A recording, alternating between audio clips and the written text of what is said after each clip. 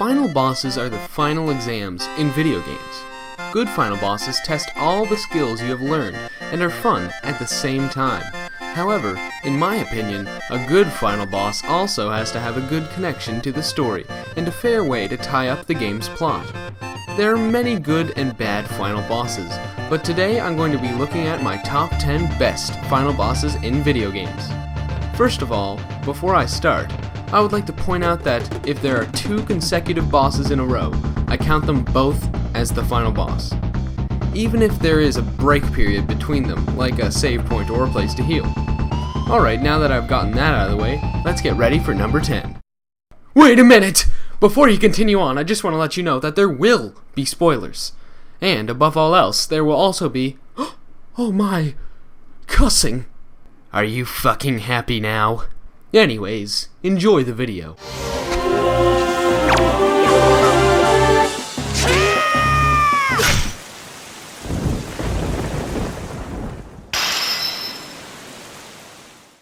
This boss fight is one that surprisingly isn't talked about much. Although Majora's Mask is the star of the show in The Legend of Zelda Majora's Mask. What? That's unbelievable! I mostly hear people talk about the game's dark and creepy mood, and Skull Kid as a character, but I feel the final boss fight with Majora's Mask deserves a bit more attention. Everything seems to be going pretty good until, BAM! The mask grows legs and starts doing the fucking can-can. Look at this. Just look at this. Look at this. Look at this. Look at this. Look at this. After defeating the second phase, Majora pulls out some fucking steroids and grows another head. And oh yeah, now it can whip you from across the room. But all silliness aside, the battle itself is fresh, interesting, and overall fun, which is one of the main things I look for in a boss battle. Really, what's the point of having a boss if it's not enjoyable? And the final boss fight with Majora's Mask showed just that.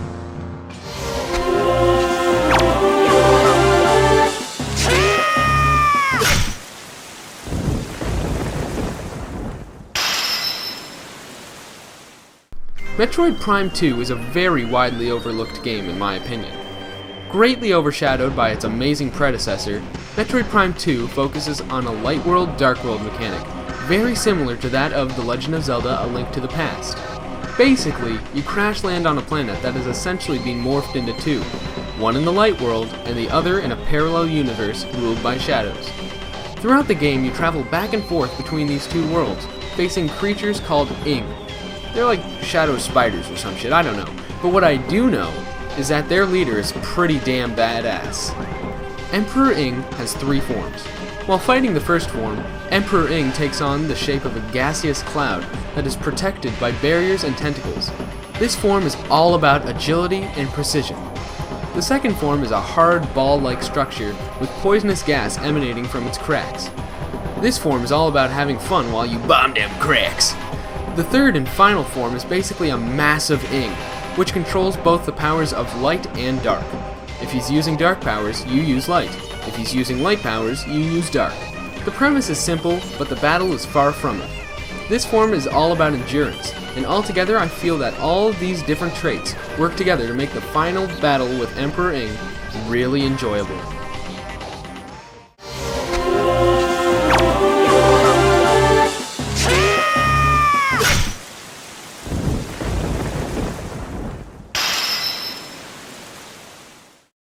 You probably wouldn't expect to see this battle on any normal top 10 other than top 10 creepiest boss battles. But I like it, so here it is. Yeah! After a fight with an annoying brat named Pokey, who, just to let you know, styles some pretty badass music. Dun, dun, dun, dun, dun, dun, dun, dun. You are introduced to Giygas, a being so powerful that it has destroyed its own body with its own dark powers. Now, I'm not going to go into the backstory of Giygas for the sheer fact that it is a widely argued topic, but I will say that this battle is pretty damn cool. Just like Emperor Ing's final form, this fight is all about endurance. You cannot hurt Giygas whatsoever. You cannot do anything except for pray. After praying a multiple amount of times, enduring devastating attacks and healing about half a dozen times, your prayers are finally answered. All the people you've helped along your journey begin to pray for you, believe in you, and Giygas just fades away in an array of static and epicness. This concept makes for a very interesting and a very epic battle.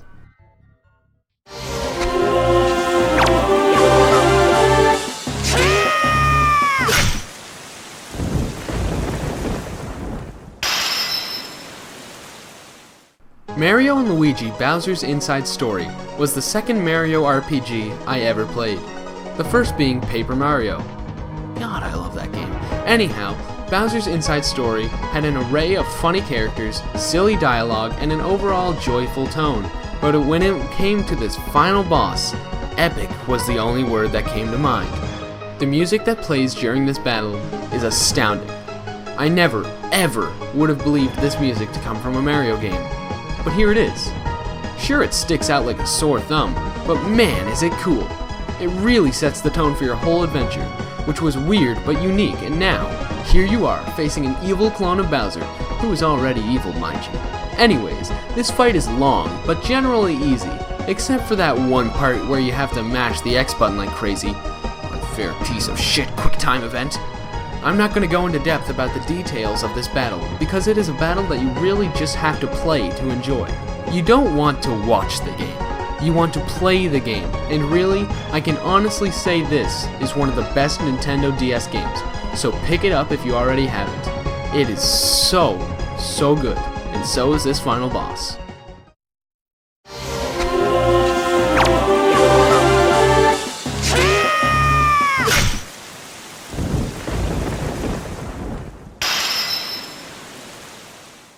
This boss is just pure nostalgia. I remember when I first beat Ganondorf from The Legend of Zelda Ocarina of Time. I was young, so I still had that innocent curiosity that you grow out of when you're older. You know, back then when games were mysterious and awe-inspiring. Nowadays you get stuck and say, I'm not in the good mood, I'm gonna check game facts. But when you were little, you didn't quit. You played the game until you figured it out. Or you just raged and threw the controller because you have ADHD like me. But I digress. Ocarina of Time was one of those games I played as a child. I figured out the whole game over the course of a full year, and I was ready to beat it. And who did I meet at the end of the last dungeon? Are you a fucking idiot? Have you been living under a rock? It was Ganondorf, the king of the Gerudo. After playing a nice game of electric ball tennis with him, "Good show, old chap, you've bested me again." It was time to finish him off. Then he dies, destroys the castle, and you escape the end. But wait! It's not over! No, first he turns into a giant pig and begins to kick your ass. This fight is so epic. The difficulty is just right, and it definitely balances out the enjoyment. All in all, the fight with Ganondorf is an awesome battle that always keeps me on my toes. It's a great fight that always pleases.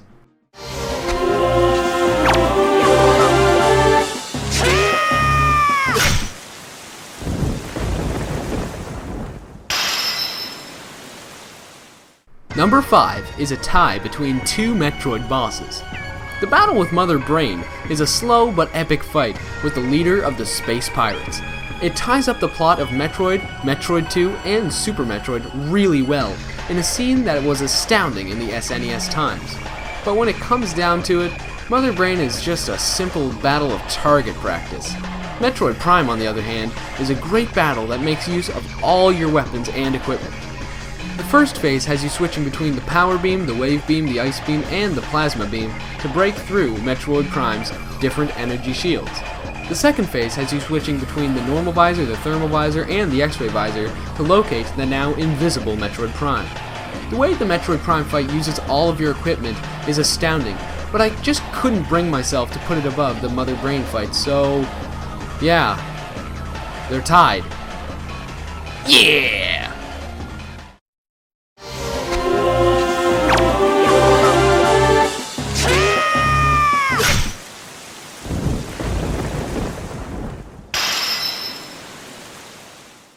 Alright, so I have a confession to make. I'm too lazy to record the footage for the Final Fantasy VI Kefka fight. It's a really long game and I really don't want to do it. I have another confession to make. I'm sorry. I forgot to write a script for this part of the video, so you're just gonna have to take my word on Kefka. Kefka's a pretty cool guy. He has a pretty alright fight. The music is passable. What really makes this fight cool is that Kefka is a cool guy, so he's cool to fight.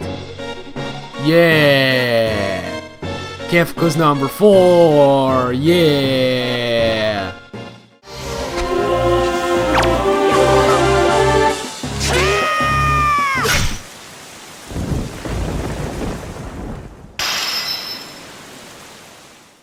I don't know about you, but for me, the idea of climbing an immense giant and slaughtering it with just a sword is a pretty cool idea. In the Shadow of the Colossus, you play as Wander, as you fight Colossi one by one, sparing nothing.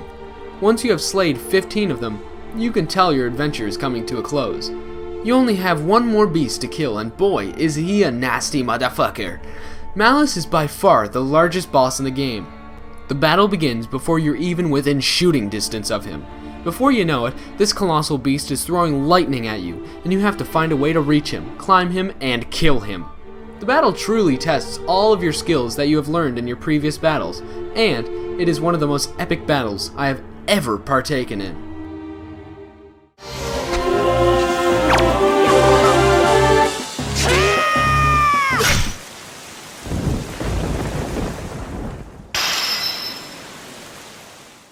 Okami is a game about a mythological Japanese wolf god, killing dragons, killing foxes, killing dragons again, killing owls, and above all else, killing dragons again. You have to kill the dragon 3 times. And it's a really long boss fight. But anyways, despite the reused boss fights, this game is pretty high up in my books. It's similar to The Legend of Zelda in gameplay, and that means it has to have some cool final boss, right? Yup, the final boss of Okami is a ball with a fish inside. You may be wondering how a ball has obtained the number 2 spot in this list, and to that I have 2 things to say. It's not all about looks, glamour, and flair. It's about what is fun. And 2, it's not just a ball. Just look at the chart! Yami's true form and his other 5 forms all represent a different form of evil. The true form symbolizes that even small and innocent things can become evil. Yami's first form represents humanity's desire to destroy. The second form represents humanity's desire to burn. The third form represents humanity's desire to gamble. The fourth form represents humanity's desire to use technology for destructive purposes. The final form represents humanity's use of its hands for evil. And all of these things come together to form a fun and moving battle that really exceeds your expectations. You know, because I didn't have much expectations from a fucking ball.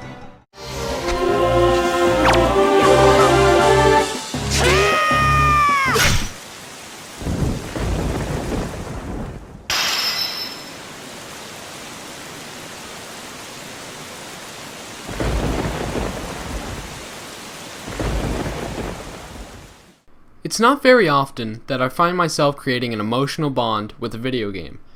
Some people grow attached to the Final Fantasy characters. I personally don't. Some people grow an emotional bond with Wander from Shadow of the Colossus, and I can easily see that happening, but I didn't. But one game that I felt really tugged my strings was Mother 3.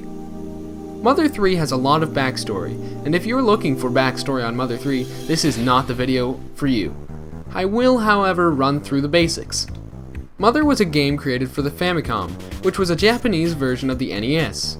Mother was planned for release late into the NES's life under the name Earthbound in North America. Nintendo was well underway on translating Mother, but with the looming release of the SNES and the lack of interest of RPGs in America, it was never released. Later, Mother 2 would be released on the Super Famicom in Japan. This time, Nintendo successfully released this game in North America, under the name Earthbound, just like the original. When the Nintendo 64 rolled around, there were plans to complete the trilogy, but when production became difficult, they moved the game to the Game Boy Advance. Mother 3 would be released in Japan only. By this time, the Earthbound series had gained a cult following in North America. So after many failed attempts to reason with Nintendo, many people gave up. Some people, however, didn't. Some people began to translate Mother 3 to English themselves. But we're not here for the backstory. We're here to find out the #1 greatest boss of all time, in my opinion. Porky Minch is probably my favorite video game villain. Originally corrupted by Giygas in Earthbound, Porky, whatever you call him, continues to grow more evil, even after Giygas is destroyed. I'm not going to go through the story of this game, but I am going to spoil a tiny bit of the ending, so be warned. In the final chapter, you finally meet Porky face to face, and boy does he look weird. He has the body of an elderly man, but the mind of a child. Due to time travel, he has become immortal. Keep this fact in mind. When you begin the fight with Porky, you know you're going to have a tough battle. Between the immense amounts of HP and the amount of multitasking you have to do to fight and heal frequently, this is easily my favorite battle in the Mother series. But what really takes the cake for me is the ending. Porky knows that he can't lose, because he's immortal. But he also knows that the fight is leading nowhere, so what does he do? Well, a while back he had the absolutely safe capsule created. This is basically an impenetrable safe room.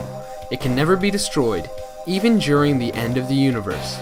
Porky, in an attempt to relieve himself from the annoyance that is you, enters the absolutely safe capsule. Ooh, bad luck, bud. The absolutely safe capsule is designed to keep the object inside safe, indefinitely. The capsule does not open up from the inside. One way in, no way out. That means that Porky will live in this small capsule for eternity, with no chance of escape. No relief, just boredom. Eternal boredom. Whoa, that is some heavy shit. After that, the battle just ends. Simple as that. There is, however, another battle after, but I'm not going to spoil it for you because I implore you to check out this game. What I will say about it is a very cinematic battle, and at the end it really had me choking up a couple of times. Porky may have been an amazing cake, but the battle that follows is a golden cherry on top. Go, check out Mother 3. You will not regret it, and you will understand why this series of battles is the best final boss in history. Thank you so much for watching this video. If you liked it, be sure to hit that like button and add it to your favorites. Also, if you really liked it, be sure to spread the video around to your friends. It can't hurt. Finally, go check out my top 10 favorite Legend of Zelda games if you already haven't. Anyways, thanks for watching, and goodbye!